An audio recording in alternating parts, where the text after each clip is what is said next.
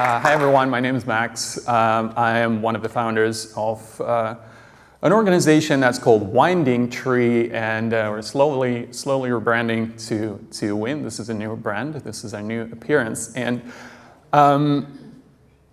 there is no way for me in one sentence, I guess, to easily explain what we're trying to do. And I always venture when I try to the depth of philosophical ideas and all sorts of crazy things. But today I'm just going to tell you a few stories. And of course it's all about sustainability. So you could check it out. Yeah, you could, I guess, go on our website. Right now, it's in a very early stage. When is our new product? And I'm gonna talk about it a little bit later. But let me start again with my story. And that story starts in this beautiful place in Georgia, the country, Georgia, not the state. I was there just in February of this year, and it's a beautiful, absolutely astonishing place. I mean, I love Iceland, but I love many other places as well, and so that place is one of them. I was there in winter, skiing and snowboarding with friends and just learning about the local community. And that local community that you live here, it's a very, very old village. It's been there for hundreds of years. And that whole community of just a few thousand people relies on tourism as probably for 90% of their income, right? In summer, you can go and hike in the mountains. In winter, you can ski and snowboard and do all sorts of other things. And I had a lot of fun there. The only problem is, to get to this place from the closest airport takes about 6 hours on a road that looks sometimes like this. And I was driving there with a friend, and at some point we got stuck on the mountain. The driver was completely unprepared for the road conditions in winter.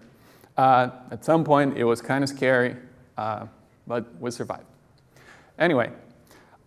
So that's kind of the state of infrastructure there. Sometimes, at some point, they have better parts of the road, of course. And another problem that I noticed personally, being sort of mindful about the ecology, about nature, is that there's not even an attempt to recycle the trash, right? To separate the trash. Everything goes into the same bin. I sort of cringe when I start thinking about where all of that goes after, probably some sort of landfill next to the mountains where we're skiing. So, I don't know. And that's, just another problem that I sort of identified there. And so I was there for a few weeks, and that's actually where our latest project started. And my friend was staying there as well. And we became friends with some of the local people, with hotel owners, with restaurant owners. Again, it's a very, very small community. People are very nice. Food is great, so I highly recommend it. But anyway, so my friend showed me this screenshot, which is, I don't know if there's like a red thingy there. If you see at the price, at the commission there, that's about, no, not about, that's exactly 18% of the total price that my friend paid for staying at that hotel. And that's quite a bit, and that's concerning. And I know that there's a lot of conversations going on already. I talked to, I guess, a few of you, and I know that you're concerned about these things as well. And so, actually, I don't think that's going to work, right? Okay, we can skip that. That's fine.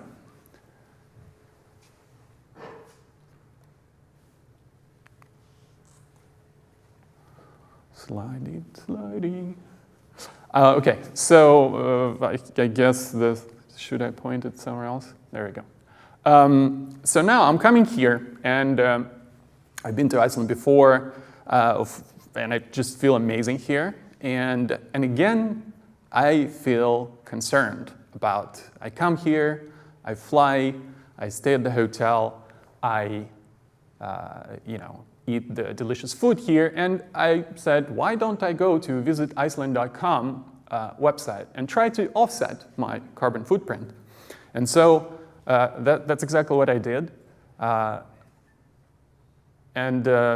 very simple process. You select what kind of things, what kind of mode of transportation you used, whether you're going to use a car, what kind of meat, what kind of diet you have. Of course, it's all very important. Well, I'm not going to bore you with this silly video.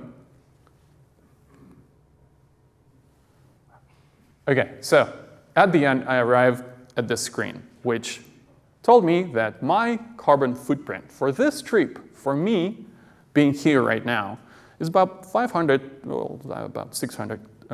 kilograms of CO2, which, I don't know, is it a lot or not?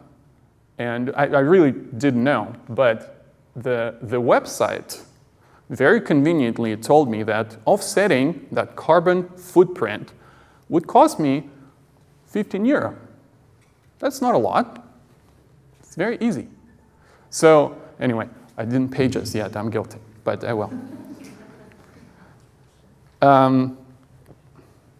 But again, it got me thinking. So if, and I did book a hotel through booking.com, and if the commission on my hotel, which I paid for a week, it's a little expensive here, but about $1,000, give or take, right? And so the 18% commission, of course, is $180, which will offset, could have offset my carbon footprint of being here 10 times over, and there will be a little bit left. And so the idea that I want us to ponder about today is whether that kind of fee is justified, and whether when we talk about sustainability, is it just about using electric cars or doing all sorts of renewables and stuff like that. So maybe there is an easier path to sustainability if we start taking into account the amount of money that's being extracted from communities like Iceland, like that community in Georgia that's called Mestia. Maybe by reducing those fees just by a little bit, maybe even, right? We could fund in Georgia the recycling. Maybe we could fix the roads. Maybe we could invest that money, or they could invest that money. If that money would stay within that community, maybe they could invest it into education, into better facilities for tourists, maybe to marketing. A lot of stuff could be done with that very hefty 18, and again, that's the average, and maybe, again, you trial people, you know how much you're paying in terms of commission fees to the intermediaries today. And so I've been working on this problem, or on this idea about removing intermediaries. I'm just going to start shooting like this at some point. I've been working on this problem, or on this idea of intermediaries that cause all sorts of problems within the travel industry, within actually many other industries as well. I started Winding Tree about 6 years ago at this point. At the end of 2016, I published this article on LinkedIn where I described that it's not just about commission fees, right? It's all about, I don't know if you have, if we have hotelier people here, it's, using booking.com means that you are no longer the brand that the customer interacts with. There are problems with data flows. At the end of the day, I think the major problem that we have here, if we have an intermediary in the middle, is that they restrict innovation.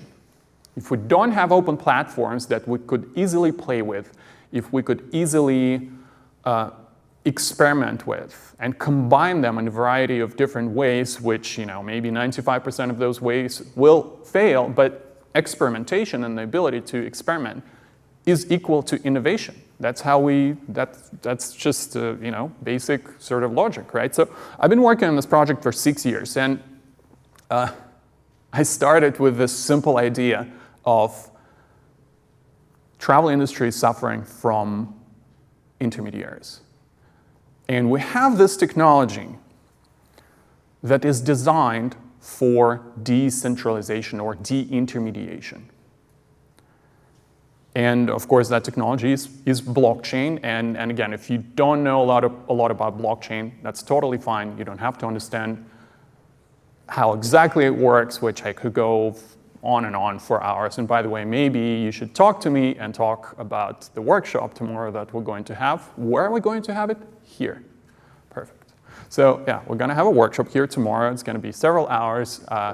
And that's where you will be able to ask me and my friends from Monerium here any kind of question about blockchains, how it works, why is it important.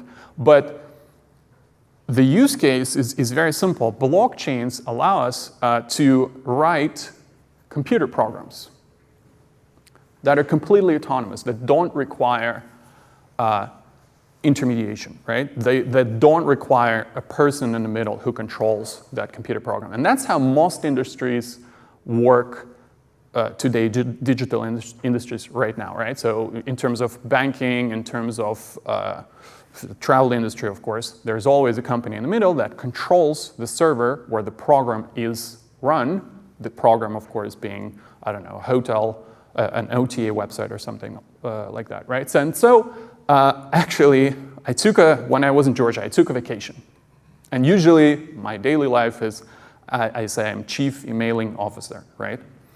Do emails all day, and on my vacation time, I was able to write this new product that we have, or at least a part of it. And we said, basically what it is, it's a booking software that lives completely on blockchain. As a hotel, you say to that computer program, you say, I have 10 rooms available, here's the price. And as a user, you come sort of from the other side of that program.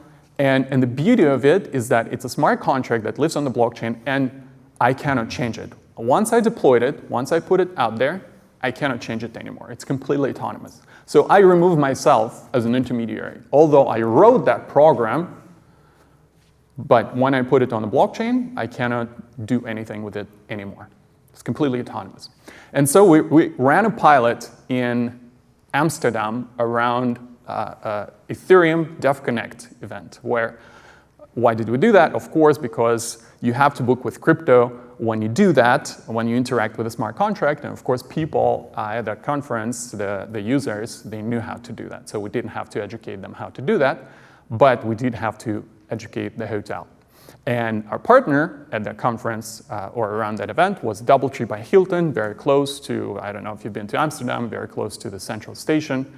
Very nice hotel, 4 stars, and we were able to save about 20,000 euro to attendees of that event that was held just about a month ago in Amsterdam.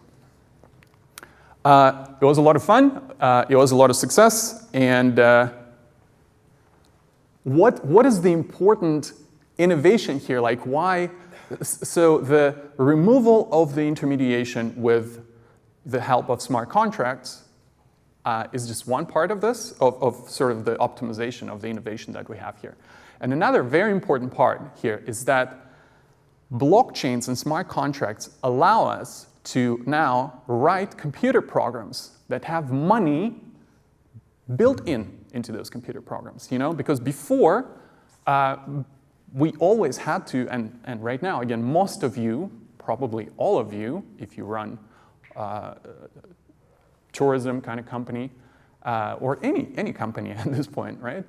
You always have to deal with 2 separate systems all the time. The money system, the payment system, and then the actual issuing of a ticket or a hotel booking or something like that, right? Those are two completely separate systems. And there is always a very confused person in the middle who is trying to make sense out of those systems. Did you pay? Do I have to issue the ticket for it? Let me go and check over here. All right, there is a payment. But oh well, we forgot to issue the ticket to you. Oh, okay, now you have to talk to me. And that's why it's so hard right now. I mean, you all know the pain of changing the airline ticket or changing your hotel booking or something like that. Or, I don't know, recently I was booking a flight on an airline website. I'm a customer, I'm logged in, and I book it, and next day I check my email, nothing. I check the airline website where I'm logged in, nothing. I have to talk to their customer service. I start the chat, I'm number 700 in the line to talk to them. And at the end of the day, again, what does that person in the middle is doing is they're checking, okay, did you pay? Yes, okay, but we forgot to issue the ticket for you. Okay, sorry about this, here you go. Smart contracts remove that complexity completely. They remove that confused person from the middle. Smart contracts, and again, you may know nothing about blockchains, but take this one thought away. Smart contracts are computer programs where those two systems are combined. And that's what we created for the Amsterdam event.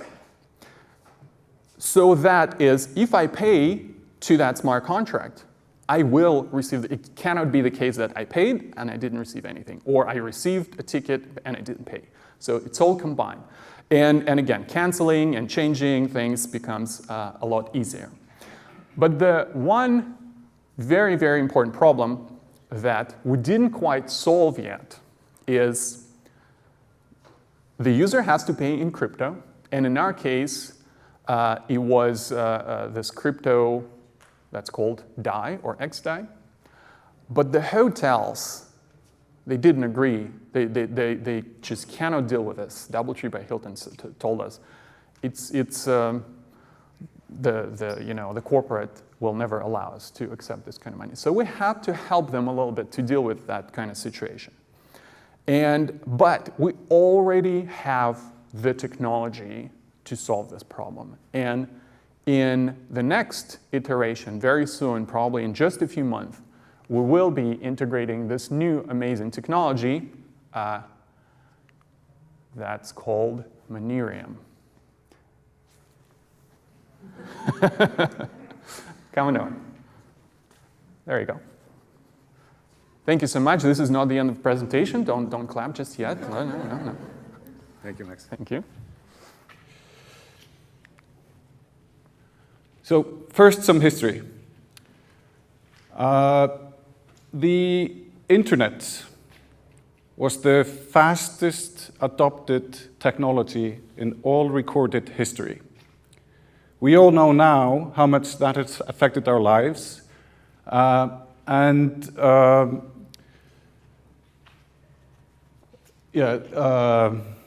Yes, so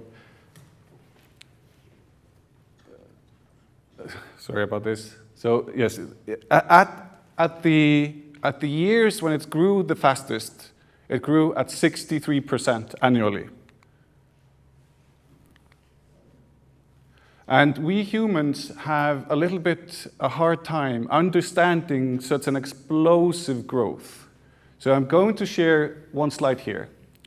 So this is the number 100 growing at 63% annually over a 20-year period. So you can see that it's a wildly explosive growth here. It's exponential, really. But for the first 12 years, it doesn't seem like it's doing a lot. So it's growing from 100 to close to 2 million over that period.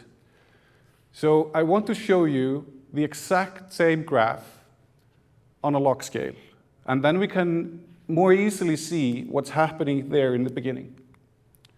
Same graph, but we can now spot the trend of what's happening. It's growing very fast, and you can see in the early days that it's growing fast. Now here's the secret. Here's the surprise. What happened now?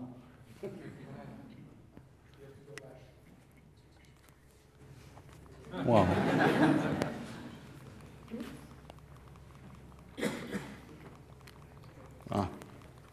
Okay, let me just do this like this way. So crypto, and with crypto I mean everything you may have heard: blockchain, you may have heard cryptocurrency, you may have heard Web3, you may have heard NFT. All of this is growing twice as fast. So it's growing at a rate of 113% annually. To compare this is a slightly complicated slide. I'm not going to dive very deeply into it, but the white line is the 14-year range from 92 to 2006, showing you the growth of the internet on a log scale. So we're going from 10 million to 100 million to 1 billion users.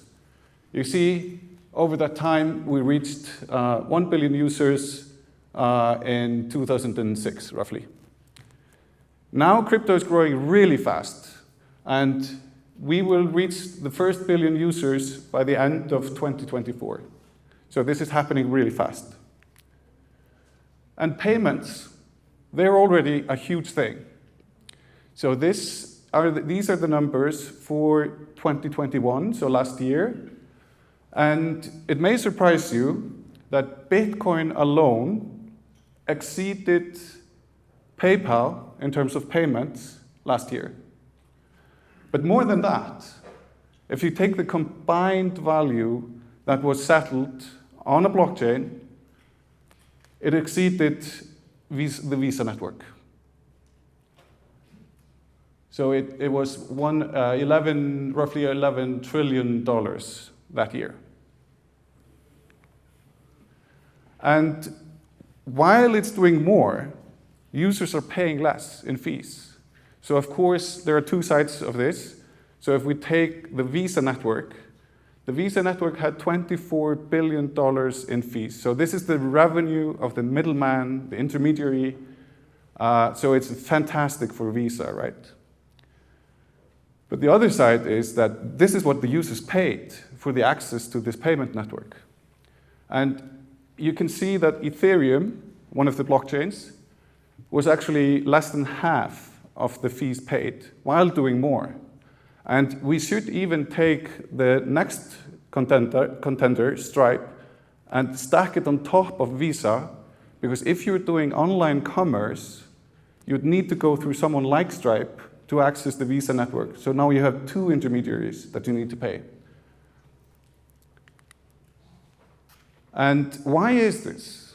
What's the reason? So like Max was saying, the e-commerce relies on credit cards, which live in a completely separate network.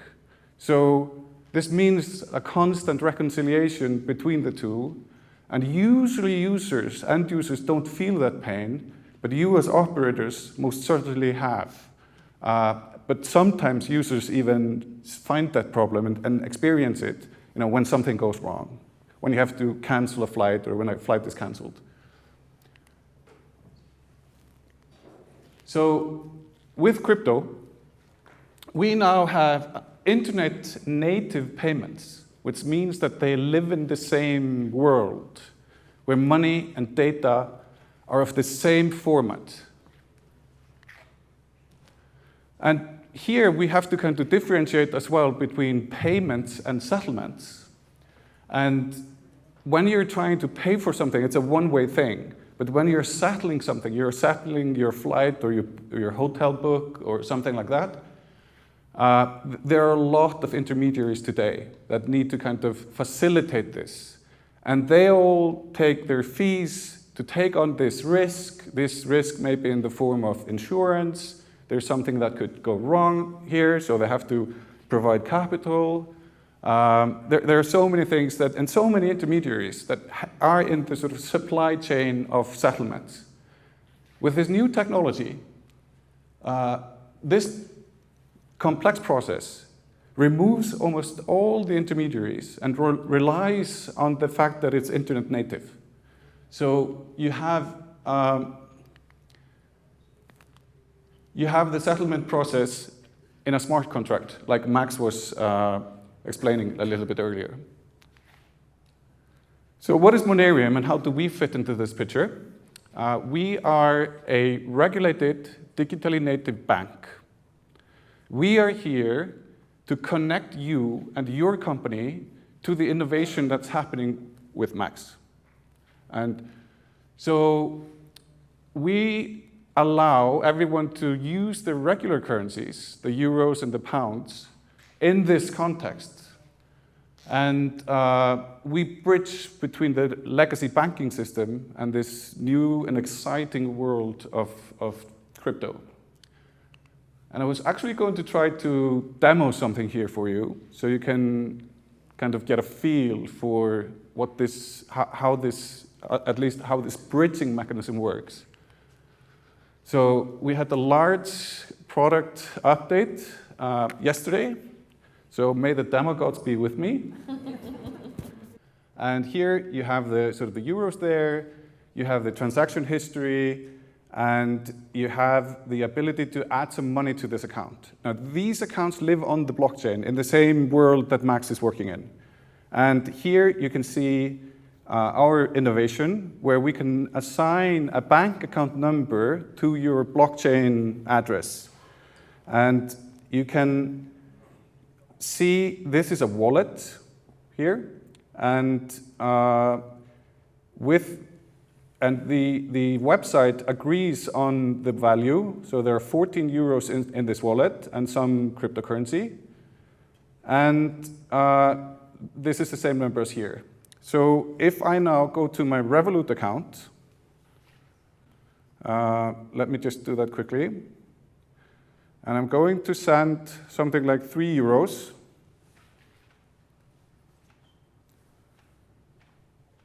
And send it away.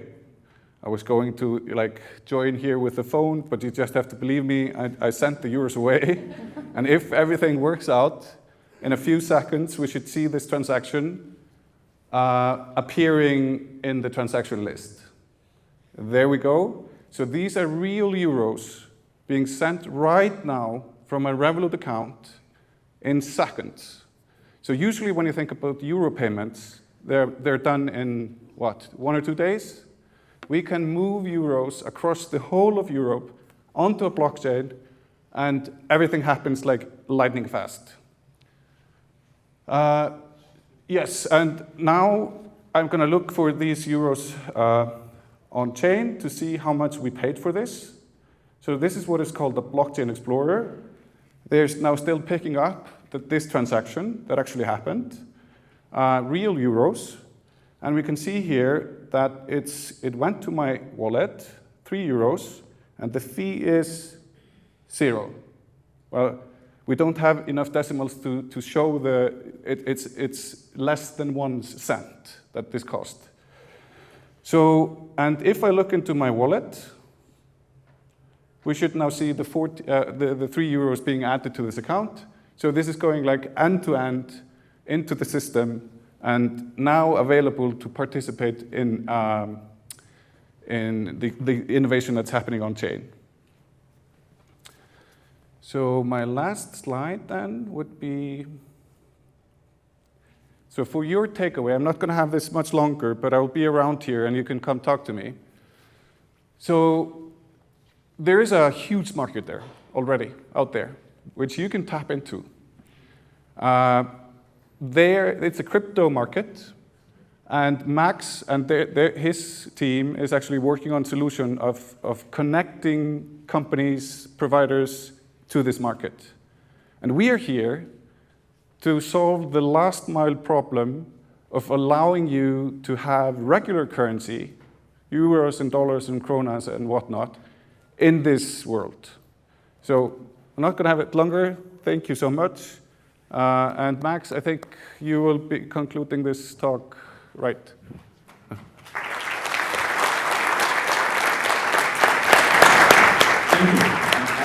I don't know why it's even planned before, because this was absolutely fantastic. I saw it for the first time yesterday, and it's just mind-blowing. You know, one of the biggest problems problems right now with crypto is what we call off-ramp and on-ramp and off-ramp. And with this,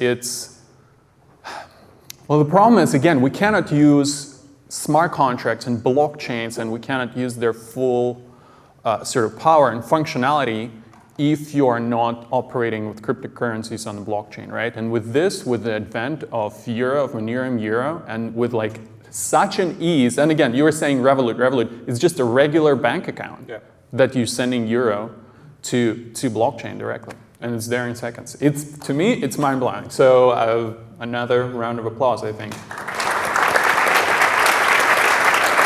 And so we have a little bit of an interaction planned for the session. Can you help us? There's a link in the presentation if you refresh it, and if you can click on that link. Guys, we prepared a special surprise for you tonight. First refresh it, try refresh it. Yeah, okay, yeah, there we go. Who has crypto here in this audience? Quite a few people, I'm surprised. Do any of you control your private keys, or is it on Coinbase or something like that? Amazing, much less people, actually, much fewer. Do you own any NFTs, anyone? Nice, okay, kudos, good. But we're gonna give you today your first NFT. You don't have to have a blockchain account or anything like that. So actually you can scan this QR code, you can just provide your email. And for you, that's gonna be a little nudge to simply create your first blockchain wallet. So that's the wallet that Gísli was showing. That's where actually the euro came into, right? And it's such an important first step for anyone who wants to sort of participate in this future. And this is, again, crypto is already a huge industry, as Gísli was saying. You know, trillions and trillions of dollars are being transferred and staked, and crazy projects are created, and a lot of people are being scammed, of course. Sorry about this. But just creating your wallet, you don't have to spend money at all to create your wallet.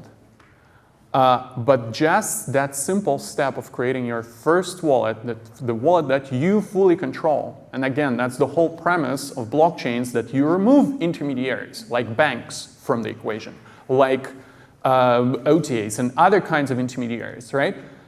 With this technology, you truly control something that is your own. No one, if they don't know your secret words, they cannot take your money from you, they cannot take your data from you, all of that stuff. And again, this is just a little nudge for you to try and create your wallet. And you scan this, and you're gonna, in your wallet, you're gonna receive your first ever NFT as a token of appreciation for attending our session today. That's it. So I'm gonna leave it on the screen for a while, and there's another actually QR code, so many QR codes these days, that we're gonna show you, and maybe, can we display it like on the same screen, like side by side? Do you think it's a possibility at all? Probably. Like if we can scoot this window over a little bit. Why? Because as I was saying, so tomorrow we're going to have a workshop where we're going to be talking about blockchains and travel and all sorts of things like that. And again, we're open book. You can ask any questions. We will help people who are going to be coming to our workshop tomorrow to set up the wallet, explain what it means, explain how it works. But we are realizing really, and we're doing those pilots around crypto conferences all around Europe right now. We're going to be helping attendees of crypto conferences in Paris, in Barcelona, in Bogota, a few other crypto conferences. We're going to help them to book their hotels using crypto on the blockchain without paying an intermediary fee, and therefore leaving that transaction fee within the community, and thereby helping that community to be more sustainable, to invest that money into their infrastructure, community, education, whatever they want, right? But we're realizing that people that we pitch it to, hotels, And a lot of the time, they're quite conservative.